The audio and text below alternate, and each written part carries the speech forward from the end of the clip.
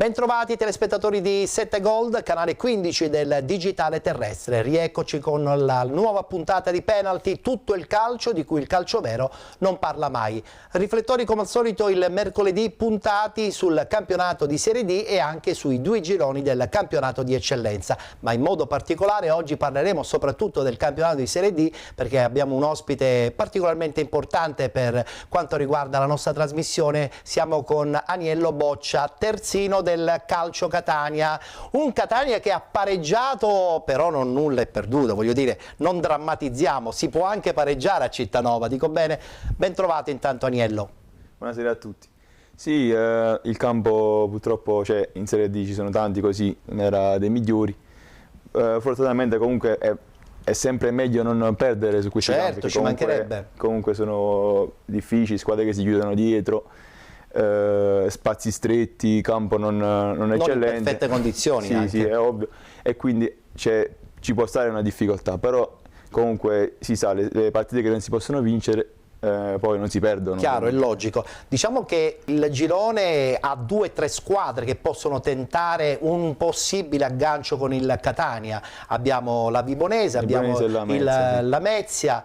Parliamo di questa Lamezia che tra l'altro incontrerete tra qualche settimana. Non dico che vi fa paura, però è una partita da prendere giustamente con molta attenzione. Sì, certo, una buona squadra, una squadra che comunque è stata fatta per vincere il campionato. Ovviamente ci può mettere in difficoltà come tutte le altre squadre. Ovviamente con rispetto alla squadra, con umiltà, cercheremo ovviamente di portare i 3 punti a casa come ogni domenica. Può passare dalla Lamezia un possibile allungo quasi definitivo del Catania? Sì, non solo lì ma anche in altre partite, ma comunque, tutto il giro comunque se vinci lì diciamo dai una bella botta al campionato. Comunque, assolutamente, sì. Assolutamente. Tra l'altro insomma tu vieni già da 2 promozioni col Taranto, l'anno scorso col Giuliano, e a questo punto non c'è 2 senza 3. Aniello, che facciamo? Sì, speriamo, continuiamo con la cabala? Speriamo, sì. Tra l'altro tu sei napoletano, quindi insomma con la cabala hai che fare indubbiamente. Sì, ma ovviamente io cerco di puntare in alto, cerco di andare in altre categorie. Chiaro. Poi ovvio sto qui a Catania, una grande piazza, quindi cerco di prendere tutto quello che posso, diciamo, imparare. Assolutamente. Sì, vedremo cosa succederà, perché io dico sempre che il campionato è lungo, comunque c'è spazio per tutti. Sì, certo, e voi avete veramente una grande rosa. Una rosa ampia, fatta di giocatori che comunque hanno fatto carriera. Chiaro. Con molta esperienza, e quindi speriamo di più là che al campionato, che ovviamente abbiamo una grande squadra, tanti giocatori, magari alternare qualcuno e deve far contenti tutti quanti. Certo, certo. Parliamo adesso dei risultati delle partite che si sono svolte domenica.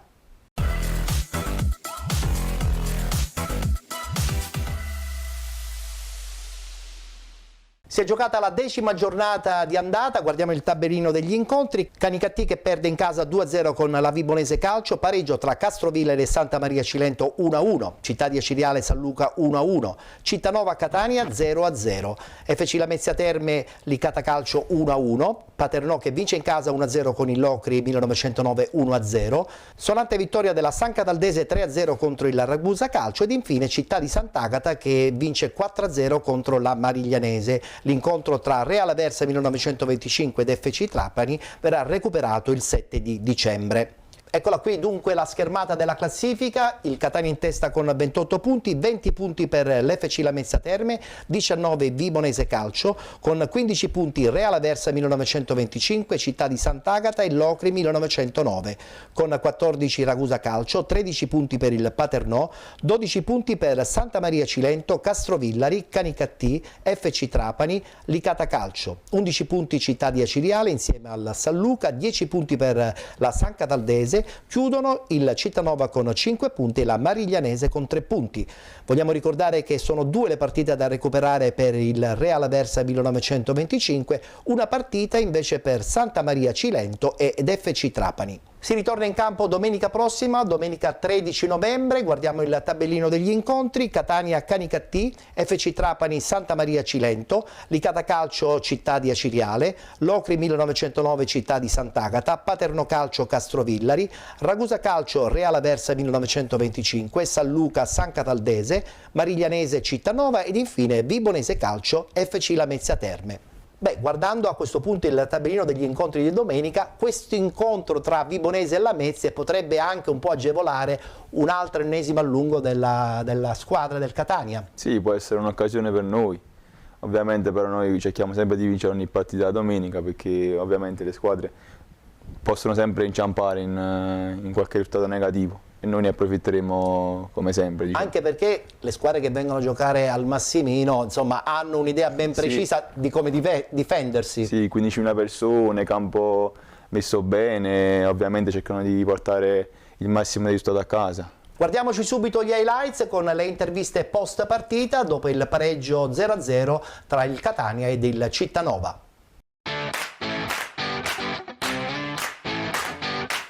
Sono contento della prestazione dal punto di vista della condizione, perché su una partita così si possono anche perdere. A un certo punto della partita con una palla lunga su una posizione, una palla inattiva si può anche subire qualche gol, però diciamo che sono gli avversari, il calcio questo è, oggi ci prendiamo un punto, torniamo a casa e da martedì ripartiamo sicuramente. Non bisogna cercare gli alibi nei campi, perché non bisogna trovarli, perché sarebbe una scusa che non mi piace, però diciamo un campo così piccolo, trovare come siamo in velocità, siamo stati poco veloci, perché anche se facciamo un giro palla a destra e a sinistra loro riuscivano sempre sugli accorci a stare vicino a noi, però questo va bene così, niente, da martedì si riparte e pensiamo alla prossima partita che affrontiamo in casa. Non mi piace parlare dell'arbitro perché sarebbe riduttivo, se l'arbitro ha visto così va bene così.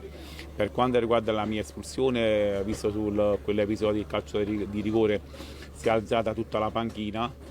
Il guardiano ha detto che lei è responsabile della panchina e allora è giusto che lei viene messa fuori, perché quando la panchina si alza l'allenatore è responsabile di tutta la panchina.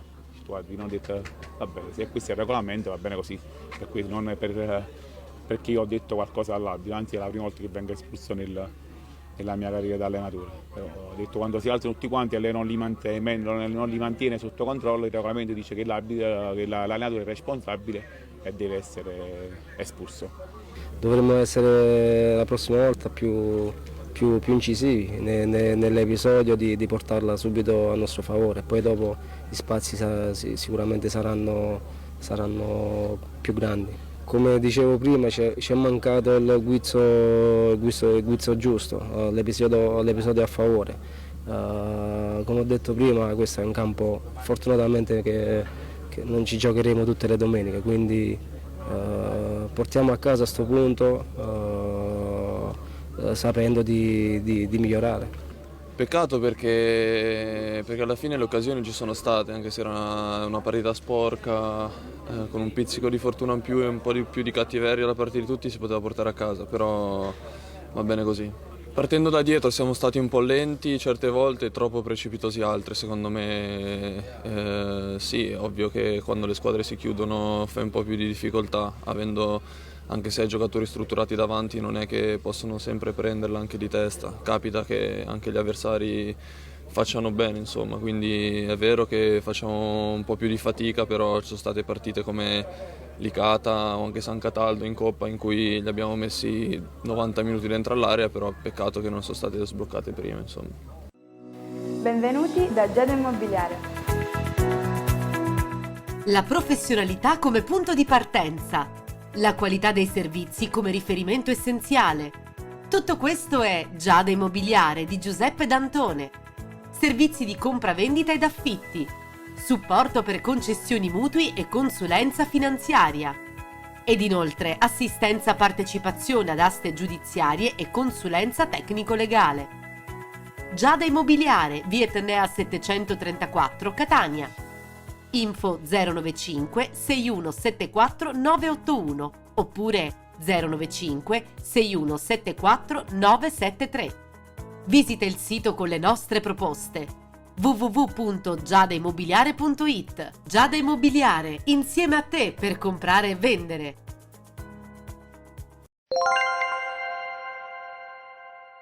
Come pensi che giocherà il Canicattì domenica in casa vostra?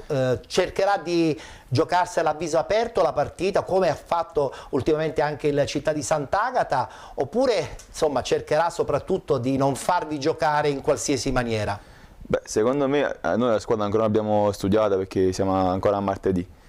Però secondo me farà come le altre squadre che si chiuderanno dietro e cercheranno poi di ripartire, come ha fatto poi la Cittanovese. Servirà anche un po' il colpo a sorpresa, quello che può spezzare anche gli equilibri, secondo te? Beh, se queste partite, se fai gol all'inizio, poi diventa tutto in discesa, che comunque loro puntano a non prendere gol.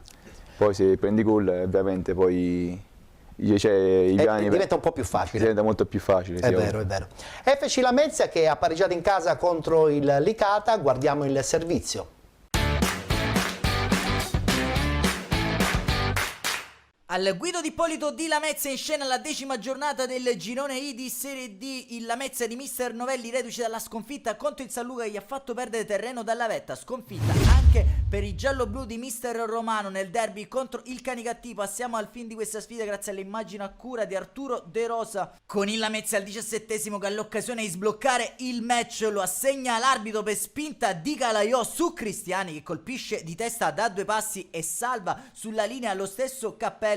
Tutta l'azione pericolosa però parte dai piedi di Terranova, che l'aveva iniziata impegnando Valenti alla deviazione con un sinistro in area. Dal dischetto va Ferreira, destro angolato, ma che parata di Valenti che salva la propria porta, salva il risultato sugli sviluppi del corner che ne consegue però capitola all'estremo difensore licatese. Batte Maltese infatti, spizza Silvestri e Terranova al terzo sigillo personale batte Valenti per l'1-0 del Lamezia. Licata che di contro dimostra di non essere giunta al D'Ippolito per fare da sparring partner con questo destro dalla distanza di Mudasiru, che fischia vicino all'incrocio dei pali. Nella ripresa sempre un buon Licata a fare la partita con il tentativo da distanza siderale di Frisenna, il migliore dei suoi, e Malatoni a deviare in angolo non senza qualche titubanza. Lamezia però che torna a rendersi pericolosa con il neoentrato Emanuele, mette dentro, non vi arriva Addessi sul secondo palo. Licata che però trova il pari al 69esimo. Mudasiru carica il destro con la complicità di Mataloni, fa 1-1 al D'Ippolito di Lamezia, seconda marcatura stagionale per il metronomo di mister Romano. Dall'altro lato inizia a collezionare occasioni in sequenza la formazione di mister Novelli, prima con Addessi che prova ad armare il mancino non inquadrando lo specchio della porta, successivamente Efangua a girare fuori da ottima posizione in area su assist dal fondo di Addessi. Segue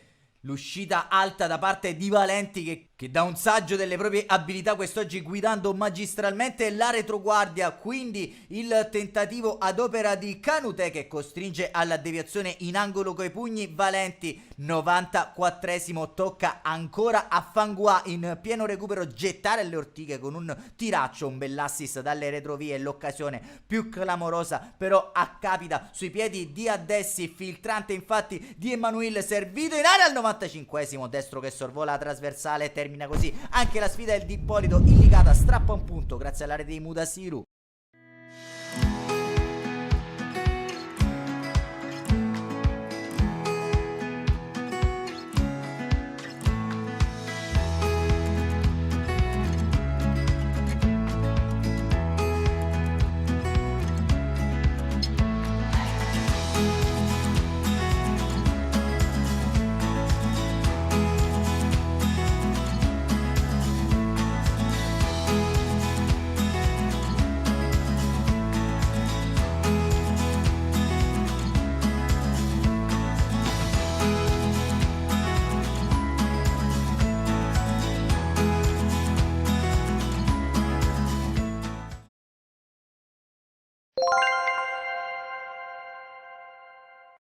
È un FC Lamezia che un po' inaspettatamente pareggia in casa contro il Licata. Penso che ogni squadra abbia il suo momento buio, che quindi può andare in difficoltà. E quindi lì dobbiamo essere bravi noi a usufruirne e vincere più partite possibili, che comunque squadre del genere tutte penso che, come ho detto prima, abbiano dei momenti bui. Avete detto che ancora la partita col Canicattì non è stata neanche discussa, no, però no. È anche vero che il Canicattì tenterà di giocarsela, secondo te, come il Città di Sant'Agata? Oppure anche loro, non dico che faranno le barricate, però penseranno soprattutto a non prenderle? Sì, ovviamente, come ti ripeto, le squadre vengono a giocare poi a Massimino vedono tante persone, il campo, ti ripeto, messo bene, si difenderanno sicuramente, cercheranno di non prendere gol inizialmente. La San Cataldese che vince in casa 3-0 contro il Ragusa Calcio, guardiamo il servizio.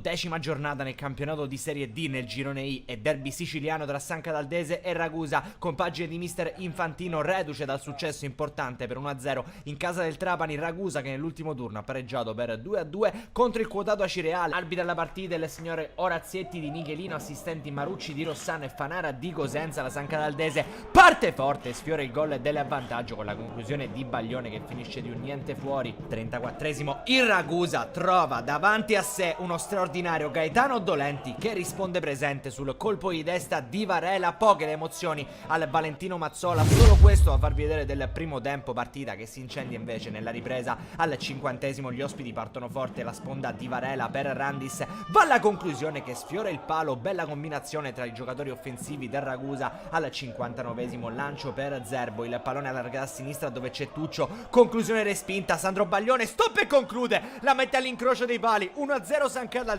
si aprono le marcature dopo un primo tempo privo di grandi emozioni. Adesso la formazione di mister Infantino è avanti. 60esimo, ancora San Cataldese, fraseggi tra gli attaccanti, conclusione di Tuccio sballata. 62esimo, attenzione perché c'è un episodio, Zerbo in acrobazia manda Tuccio in profondità, Strumbo con questo intervento lo frena, il direttore di gara interviene e rosso diretto per il difensore del Ragusa. San Cataldese avanti di un uomo e di un gol. Abbiamo rivisto l'intervento scomposto di Strumbo, valso il rosso diretto al 63esimo proprio dalla punizione che ne scaturisce e beffa per il Ragusa perché Baglione con questo tentativo diretto verso la porta buca l'estremo difensore, fa 2-0. La San Cataldese va a ipotecare un successo che potrebbe essere importantissimo in questa stagione. Minuto 68, prova a rispondere il Ragusa nonostante l'uomo in meno. Nel frattempo è entrato l'ex ACR Messina Catalano che va a sventagliare per Varela, colpo di testa che termina sul fondo. Minuto 72, la palla ce l'ha ancora la San Cataldese a destra con Garzia, il numero 7 ha tanto spazio, alza la testa, prova a sventagliare dall'altra parte per Tuccio,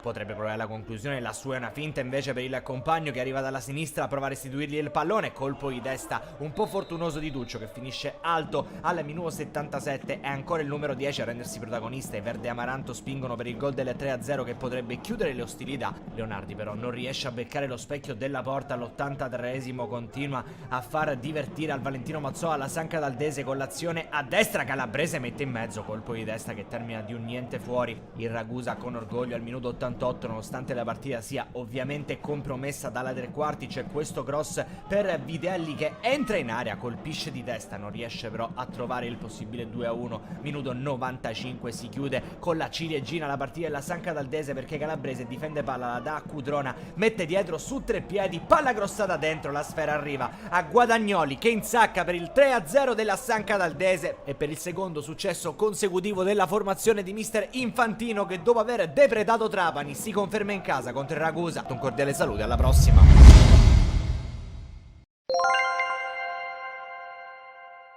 Una carriera la tua certamente molto interessante, no? Abbiamo detto che hai vinto il campionato a Taranto, lo scorso anno hai vinto con Giuliano, tra l'altro con mister Ferraro, non c'è due senza tre, ma qual è l'obiettivo, il grande sogno di Aniello Boccia? Ovviamente cercare di arrivare il più in alto possibile, il mio sogno è quello di giocare un mondiale, andare in Europa, in Champions, cioè, ovviamente sono sogni che tutti i ragazzini da piccoli... Ed è giusto che esistano questi sogni, perché comunque ti danno le motivazioni per andare avanti, per impegnarti ogni giorno in allenamento e quindi diciamo questo è il mio sogno. Il grande sogno di diventare un giocatore super professionista, esatto, no? Perché poi alla fine i sogni debbono anche diventare realtà nel momento in cui c'è questo impegno tuo personale, certo, sugli allenamenti e anche la fortuna secondo me di incontrare le persone giuste, la società giusta che ti possono poi anche lanciare. Certo, no? Questo nel calcio c'è bisogno anche un po' di fortuna, parliamoci chiaro. Comunque arrivi in una piazza come Catania per esempio che ti dà tanto a livello di società, a livello di giocatori, di tifosi. Ecco, su questo discorso dei tifosi ti voglio fare proprio una domanda specifica. Che rapporto vive la squadra con i tifosi? C'è un amore impressionante. Avete un po' la sensazione che non dovete assolutamente sbagliare per far sì che non ci sia una mancanza di rispetto nei loro confronti? Certo, cioè vedere uno stadio pieno, 15.000 persone in Serie D è quasi impossibile. È normale che noi cerchiamo di vincere per portare più gente allo stadio, che comunque è bello quando tu regali un sorriso a una persona magari, che comunque la squadra del cuore che vince, penso che a tutti è una bella cosa, quindi è normale che noi cerchiamo di dare il massimo in campo anche per loro. Aniello, vorrei farti una domanda un po' più specifica. Quando ti è arrivata la proposta di venire a giocare a Catania, cioè, cosa hai pensato? Qual è stato il tuo primo pensiero? Ovviamente Catania è una grande piazza, una grande storia, sappiamo stare in Serie A, giocatori come Lodi ad esempio, e ci ho pensato subito, comunque ho detto andare lì, sì. Gioco la mia carta. Gioco la mia carta, sapevo che le persone avevano fame di successi nuovi. Di rivoluzione, sì, perché comunque qua c'è stata una rivoluzione, il nuovo presidente, e quindi ho detto magari andiamo lì, vediamo cosa succede, che comunque è una bella esperienza, una squadra così, una grande piazza, una grande città, e quindi mi sono subito catapultato. Benissimo, adesso c'è una pausa pubblicitaria, tra poco rientriamo in studio, parliamo dei 2 gironi del campionato d'eccellenza e poi c'è un'altra domanda da fare specificatamente ad Aniello, perché voglio sapere il rapporto presidente-squadra, che è un rapporto secondo me geniale ed è stato un po' il fulcro anche di questo nuovo progetto del Catania. A tra poco.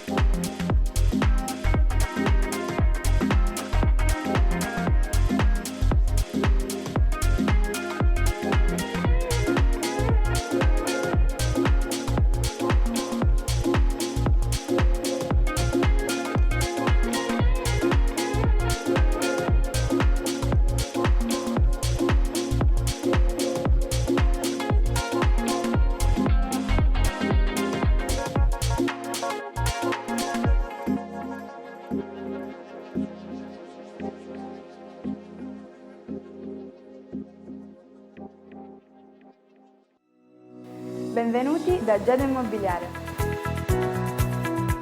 La professionalità come punto di partenza, la qualità dei servizi come riferimento essenziale. Tutto questo è Giada Immobiliare di Giuseppe D'Antone. Servizi di compra-vendita ed affitti, supporto per concessioni mutui e consulenza finanziaria. Ed inoltre assistenza partecipazione ad aste giudiziarie e consulenza tecnico-legale. Giada Immobiliare, via Etnea 734, Catania.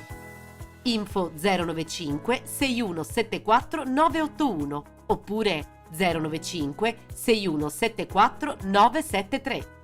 Visita il sito con le nostre proposte www.giadaimmobiliare.it. Giada Immobiliare, insieme a te per comprare e vendere.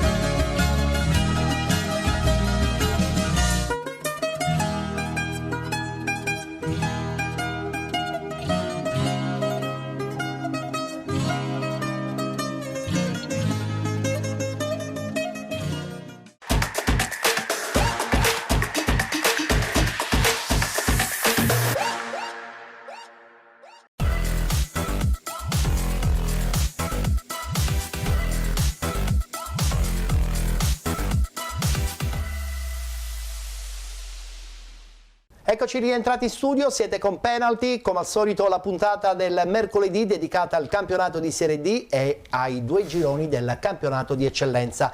Prima parte, abbiamo parlato ampiamente del campionato di Serie D, abbiamo qui con noi Aniello Boccia, il terzino che in questo momento insomma non trova spazio in pianta stabile, però è lì pronto ogni volta che mister Ferraro lo mette in campo, a dimostrazione che la rosa è ampia e bisogna giustamente trovare il momento giusto per farsi notare. Sì, certo, comunque la squadra è forte, diciamo. Siamo tanti giocatori forti, quindi ci sta che qualcuno può trovare meno spazio, però è importante che poi quel giocatore quando entra dà il massimo per poi dare una mano alla squadra. Anche perché si deve giocare alla sua chance, sì, il ovvio. Mister deve avere poi problemi sulla formazione, sì, no? Certo, sì. Indubbiamente.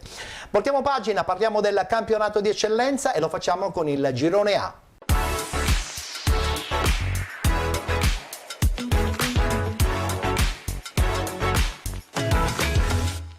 Si è giocata la 9ª giornata di andata, guardiamo il tabellino degli incontri. Cus Palermo che perde in casa 3-1 con la Nis FC, Castellammare batte Oratorio San Cile e San Giorgio 2-1, pareggio tra Enna Calcio e Mazzara Calcio 1-1, Nuova Città di Gela Casteldaccia 0-0, Profavara batte Parmonval 3-0, Don Carlo Misilmeri batte Leonfortese 1-0, pareggio tra Mazzara.2 e Acregas 2018, così come è finita in parità Resuttana San Lorenzo Unitas Sciacca 0-0.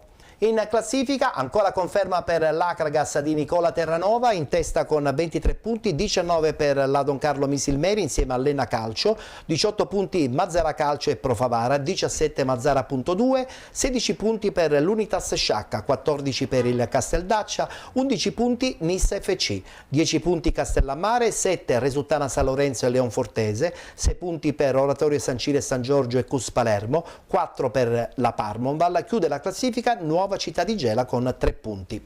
Aniello, chiaramente parliamo di un campionato dilettantistico molto seguito qui in Sicilia.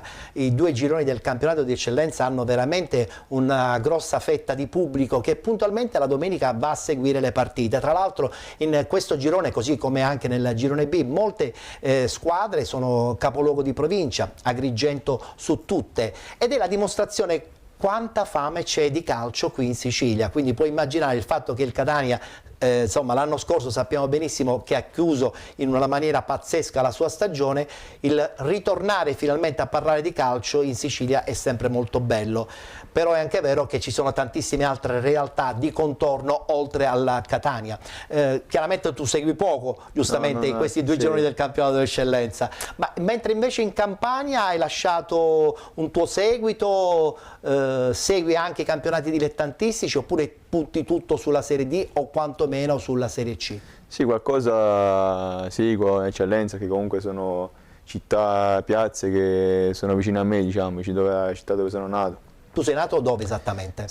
Nato a Vico Equense. A Vico Equense. Però sono originario di San Giuseppe Vesuviano. E dove hai iniziato a giocare a pallone? Sì, scuola calcio lì. E anche lì non scherzano, insomma, le squadre dei campionati dilettantistici, c'è grandissimo fermento. Sì. È vero, è vero. E parlando del campionato di eccellenza siciliano, guardiamoci subito il servizio con le relative immagini del pareggio tra Enna Calcio e Mazzara Calcio.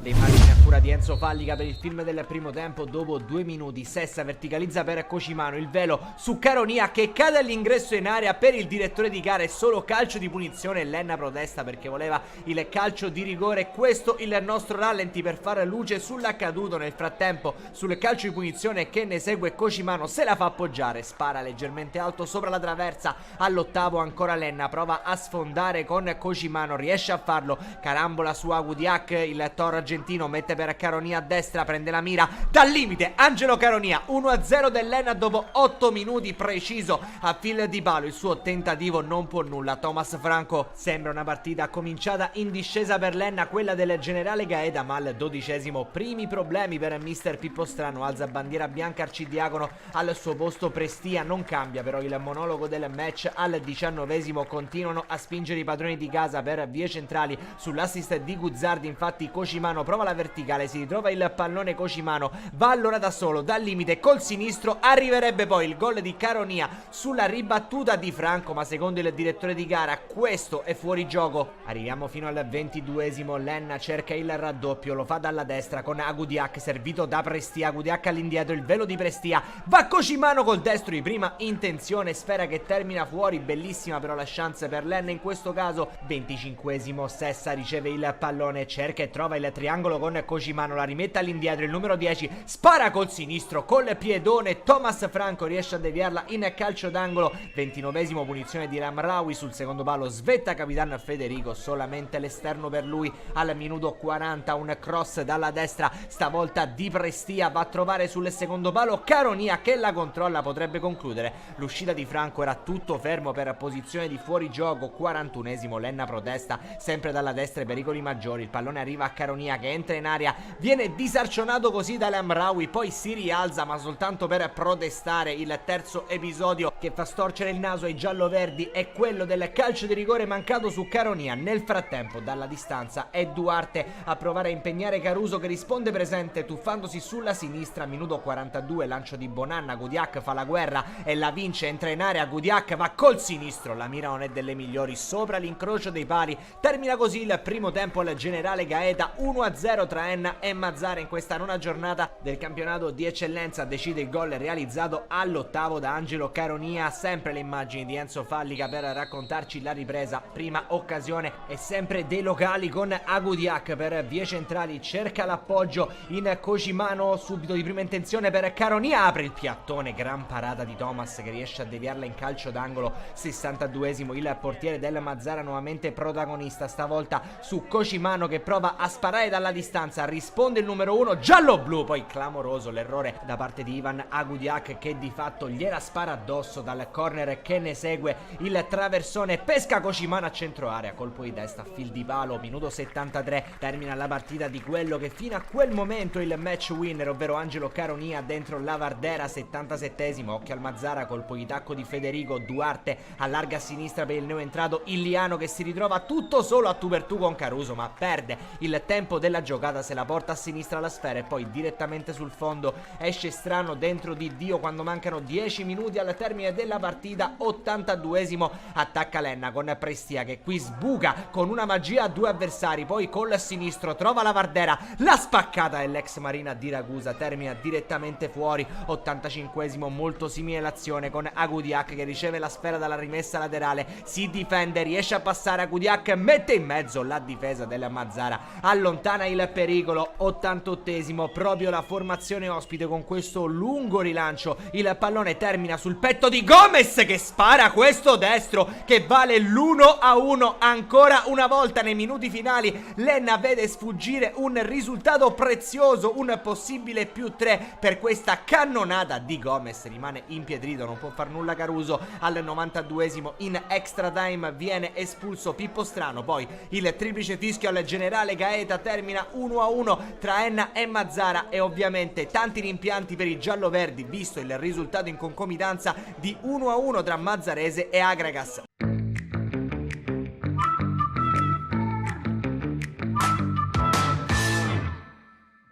È un campionato di eccellenza molto ingarbugliato in testa, sono molte le squadre che tenteranno di vincere questo girone e disputare la prossima stagione il tanto agognato campionato di Serie D. Su tutte indubbiamente l'Agragas che in questa occasione domenica pareggia in casa della Mazzarese 1-1.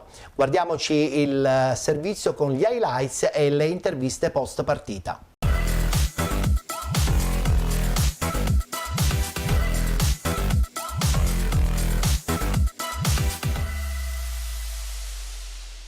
Direi peccato perché abbiamo affrontato una grande squadra. Mi dicono che la Mazzarese prima di questa partita non aveva mai giocato in questa maniera, quindi il nostro pareggio diventa ancora più prezioso. Nonostante l'avversario forte abbiamo creato tanto, abbiamo tirato tante volte in porta, quindi dobbiamo essere contenti. Dobbiamo sicuramente rivedere un po' la fase conclusiva e dobbiamo avere più freddezza sotto porta. Poi per il resto ci prendiamo il punto contro una squadra che ha investito tanto come ha investito l'Agragas, è una squadra che giocherà punto a punto fino alla fine per la vittoria del campionato. Poi se dobbiamo fare un po' di ragionamento un po' più fra virgolette più vecchi che si facevano prima, abbiamo fatto un pareggio fuori casa e quindi come media inglese andiamo avanti. Sapevo che la Mazzarese fosse un collettivo importante. Ho visto le 8 partite precedenti più quelle di Coppa e non avevamo mai espresso il gioco che ha espresso oggi, quindi ti ripeto, il pareggio di oggi assume un'importanza ancora più grande e noi andiamo avanti per la nostra strada. Si sono affrontate 2 squadre che si conoscevano abbastanza bene, avevamo preparato determinate uscite che poi abbiamo cambiato in corsa. Abbiamo chiuso le fonti di gioco della Mazzarese, li abbiamo costretti a giocare la palla lunga e poi nel primo tempo credo che ci siano state delle situazioni pericolose da parte della Mazzarese soltanto sul piazzato. Poi nel secondo tempo chiaramente una squadra in casa che sta perdendo ha alzato il baricentro, abbiamo sofferto un pochettino, ma credo che sia pure giusto soffrire contro un diretto avversario. Poi ti ripeto, il pareggio è giusto, il pareggio ce lo prendiamo, ce lo teniamo stretto, mercoledì abbiamo già un'altra gara e la testa va al risultato. Speravo in un risultato più ampio per come l'avevamo preparata, per l'intensità che ci abbiamo messo, per le occasioni anche avute. Le occasioni che abbiamo subito sono frutto di errori nostri individuali. Ho fatto i complimenti ai ragazzi, perché secondo me da questa prestazione possiamo realmente, come dire, possiamo tirare il meglio di quello che questa squadra può realmente dare. Mi spiego meglio. Magari all'inizio ci poteva essere qualche perplessità sulle distanze di forza, parlo tra l'Agragas e noi. Oggi penso che questo non si è visto dentro il campo e voglio essere onesto nella mia analisi. L'Agragas certamente è un blasone importante, è una squadra che è stata costruita per vincere il campionato, però non siamo tanto distanti da loro, non siamo per distanti, non parlo di classifica, sto parlando di organico, di forza. Oggi abbiamo dimostrato che possiamo stare lì su, possiamo lottare insieme all'Enna, all'Agragas stesso, al Misilmeri. Non abbiamo ancora perso uno scontro diretto, non abbiamo ancora perso una partita e penso che alla lunga ci mancano solo i 2 punti di domenica con il Misilmeri. Questa è l'analisi che faccio io a 360 gradi.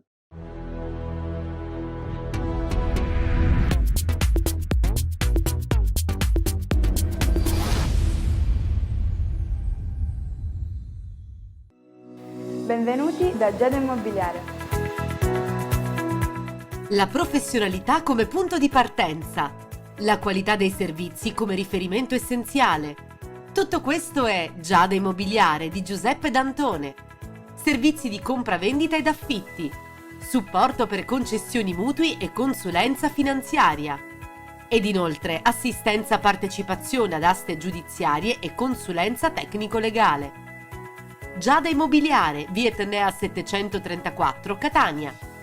Info 095 6174 981 oppure 095 6174 973. Visita il sito con le nostre proposte www.giadaimmobiliare.it. Giada Immobiliare, insieme a te per comprare e vendere.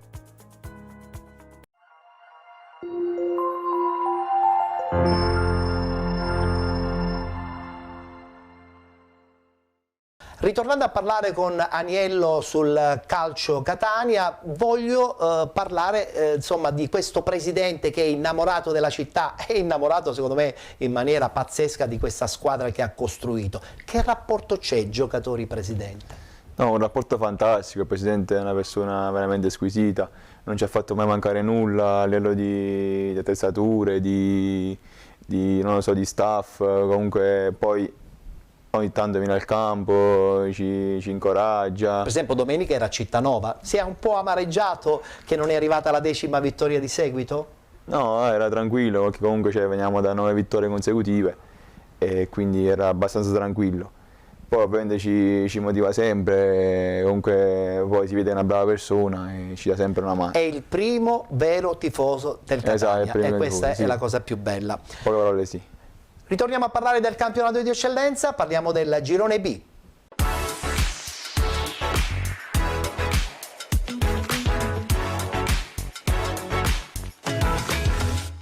Anche qui nona giornata del campionato, i risultati di domenica: Real Siracusa Belvedere Virtus Ispica 2020 1-1, pareggio tra Santa Croce e Leonzio 1909, vittoria fuori casa del Città di Taormina 1-0 contro il Città di Acicatena, 2-1 della Ionica FC contro il Milazzo, pareggio tra Palazzolo e Siracusa Calcio, Acquedolcese batte Modica 2-0, Nebros batte Città di Comiso 2-0 ed infine Nuova Igea Virtus batte Mazzarone Calcio 6-0. Accoppiata in testa per quanto riguarda questo girone B del campionato di eccellenza abbiamo il Città di Taormina e la Rocca Acquedolcese con 20 punti, 19 per Nuova Igea Virtus, 18 Nebros, 17 Modica Calcio, 16 punti Siracusa Calcio con 14 Leonzio 1909, 13 Real Siracusa Belvedere, 12 Ionica FC con 10 il Città di Comiso, 8 punti per Virtus Ispica 2020, Mazzarone Calcio e Santa Croce, 6 punti per il il Milazzo, 5 per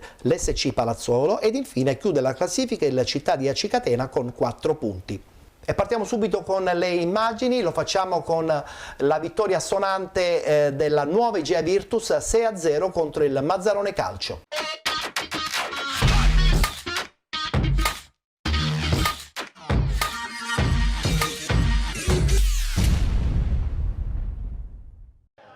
La vittoria contro il Mazzarone al Dalcontres Barone permette all'Igea Virtus di riscattare la disfatta di Taormina e di restare in scia al duo di testa composto da Taormina e la sorprendente Rocca Acquedolcese distanti una sola lunghezza. L'approccio alla gara è dei migliori per l'Igea Virtus che dopo il vantaggio fallito al primo minuto con Franchina che calcia sul fondo l'assist di Isgro, i giallorossi la sbloccano al minuto 11 con Vincenzi che dal limite dell'area infila Fagone con un preciso diagonale spianando ai suoi la strada verso la vittoria. Per il playmaker campano si tratta della seconda rete in campionato. I locali spingono alla ricerca del raddoppio e 2 minuti dopo dagli sviluppi dell'angolo di Isgro Tomasco rischia il più classico degli autogol. Raddoppio che per i locali si materializza comunque al minuto 33 quando Biondo apparecchia in aria per Isgro che da pochi passi mette alle spalle di Fagone facendo così Igea Virtus 2 Mazzarone 0 e per Isgro si tratta invece della quarta rete in campionato. Nonostante il doppio svantaggio il Mazzarone ci prova nel finale di frazione ma il piazzato di Puglisi è ben respinto in angolo da Di Fina.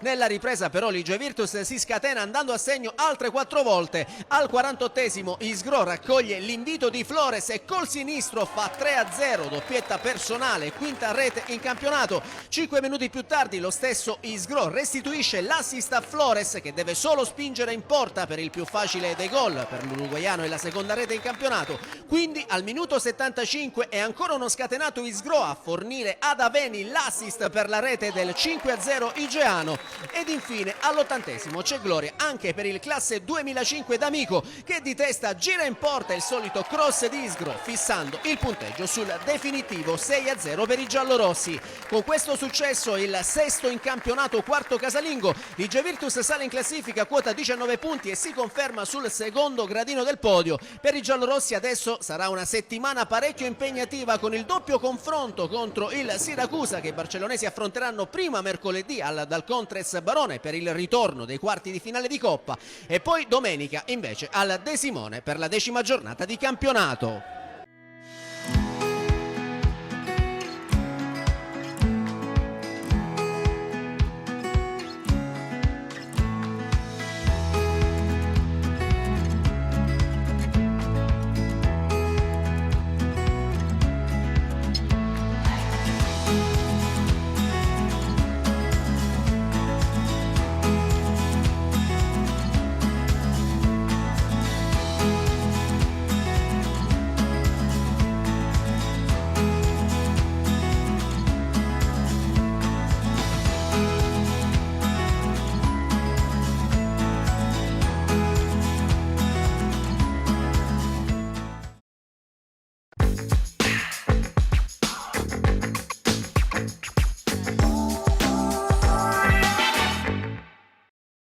Anche in questo girone B del campionato di eccellenza abbiamo dei nomi importanti, spicca su tutti questo Siracusa, un po' stona, no? Perché insomma sono squadre che hanno regalato stagioni importanti soprattutto tra i professionisti. Sì, ricordo il Siracusa in C, infatti lì ha giocato anche un mio compagno di squadra, ex compagno di squadra Nico Rizzo. Sì? Ha giocato lì e mi ha raccontato che comunque è una piazza calda. Diciamo che tutti i capoluoghi di provincia calcistici sono veramente delle polveriere, amano in maniera pazzesca la propria squadra e sono pronti a grandi sacrifici. Sì, Siracusa ultimamente ha qualche problema ma tenterà prima o poi di rientrare tra i professionisti. Sì, ma più che altro le squadre del sud sono tutte così, le grandi piazze, anche Taranto era una grande piazza, le persone comunque ti volevano bene, i tifosi. Continuiamo a vedere le immagini a questo punto del campionato di eccellenza Girone B, lo facciamo con la sconfitta del Modica 2-0 contro la Rocca Acquedolcese.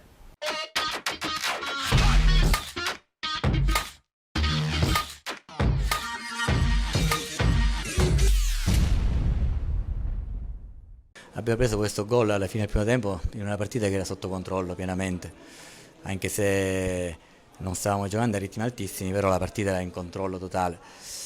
e chiaramente ha cambiato un po' le cose. Poi al secondo tempo siamo entrati con un atteggiamento anche giusto, perché volevamo riprendere la partita, ma il secondo gol, sempre tutti e 2 gol fatti su palloni giocati da noi, e quindi questo ha compromesso la partita fino alla fine, perché poi non siamo riusciti più ad entrare in partita. Però al di là il 2-0 può dare l'idea di una sconfitta netta, ma non è stata così nel campo, perché la squadra ha giocato, ha costruito, ripeto, non magari a ritmi altissimi, però non meritava di chiudere il primo tempo in svantaggio sicuramente. Mi sono fatto male 3 giorni fa, la caviglia, quindi ho messo in disposizione miste, ma per non rischiare ho potuto mettermi in panchina. No, io ho avuto un'occasione che ho sbagliato di testa, quello sì, ma come la squadra come il nostro, sì, creiamo il problema è, ti dico la verità, che noi attaccanti, noi lavoriamo sempre su come finisce azione, secondo me dobbiamo dare di più davanti, perché arriviamo lì sempre, perché non è che non arriviamo, ma è conclusione che è un po' di meno, ma prima o poi arriverà.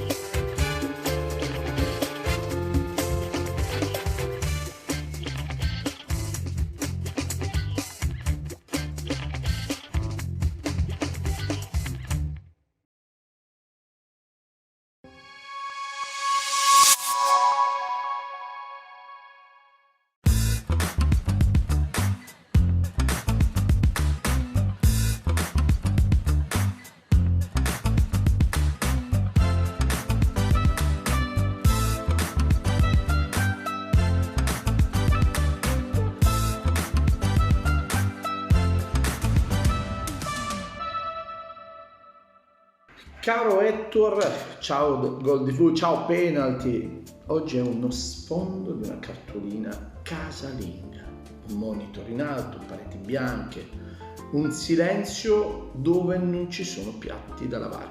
Il weekend che è passato, questa nona, che comunque mentalmente ci porta alla nona di Beethoven, non l'ha suonata nessuno nei 2 gironi di eccellenza, girone A e girone B, anche se alcune cose ci hanno portato, no? Diciamo che adesso alla nona vengono segnalati molto spesso gli episodi a sfavore da parte degli arbitri, ma è un argomento insomma atavico.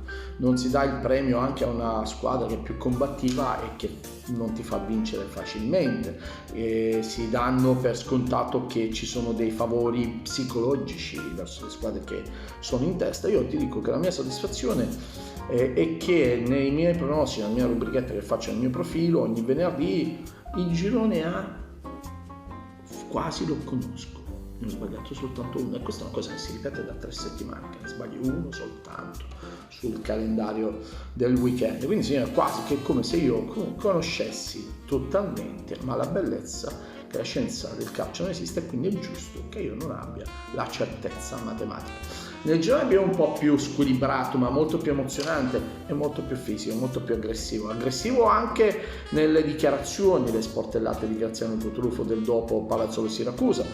Pazzesco il presidente Montagna del Siracusa, che a un certo punto assolutamente contraddice maledettamente in modo chiaro e concreto il giornalista che forse non voleva essere messo a disagio con una domanda critica nei confronti della prestazione. Il presidente Montagna dice: no, io non salvo nessuno, prestazione scomoda del Siracusa sul Palazzuolo, e sicuramente sta mettendo anche in condizione, dopo aver cambiato l'allenatore, di poter vedere cosa succederà nell'organigramma tecnico, quindi i giocatori da qui alla conclusione di novembre, all'apertura delle liste, perché è una dichiarazione pesante. Era molto arrabbiato e anche quasi non sconfortato, ma è arrabbiato nell'espressione facciale.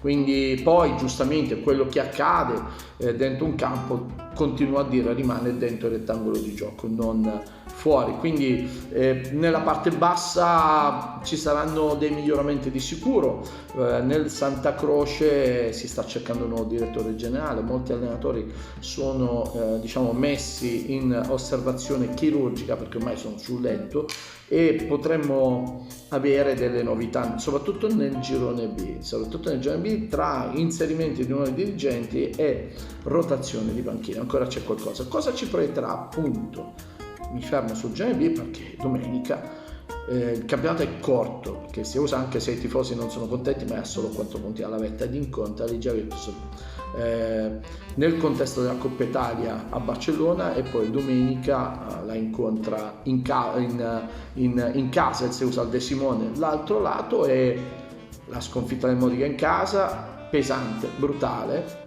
e comunque, come ho detto, una classifica corta, e Leonzio e Megara si incontreranno domenica al Nobile Valentini, e questa è una partita da Arachiri. Magari nessuno dirà vabbè, ma non interessa, ma ricordo che mister Pinerigoli oggi nella funzione dirigenziale disse: noi vinciamo il campionato di eccellenza. Il presidente Montagna disse: a dicembre vinceremo il campionato, saremo lontano dagli avversari. Ecco, vi saluto così, ciao.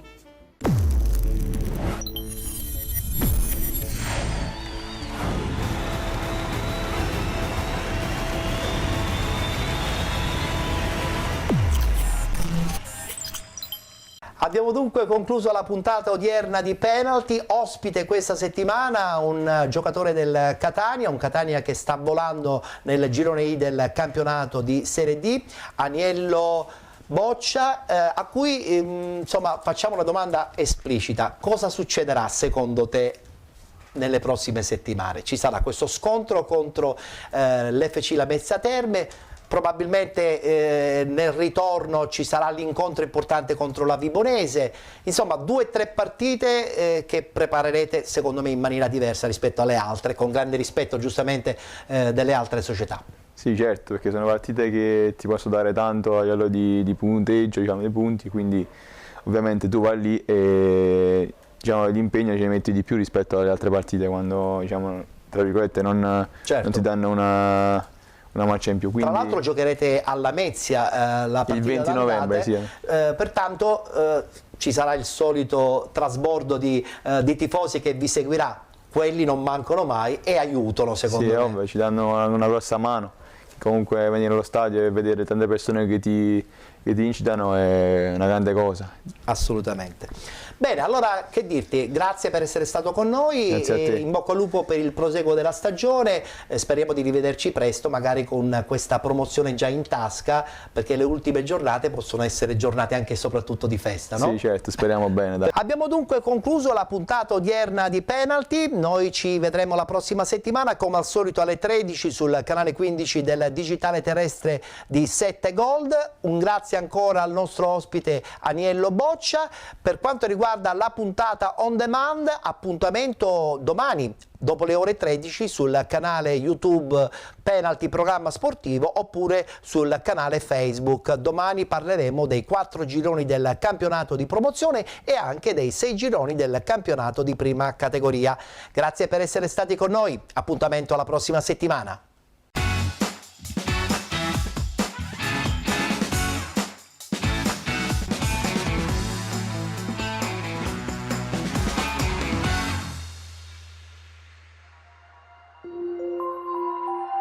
Thank you.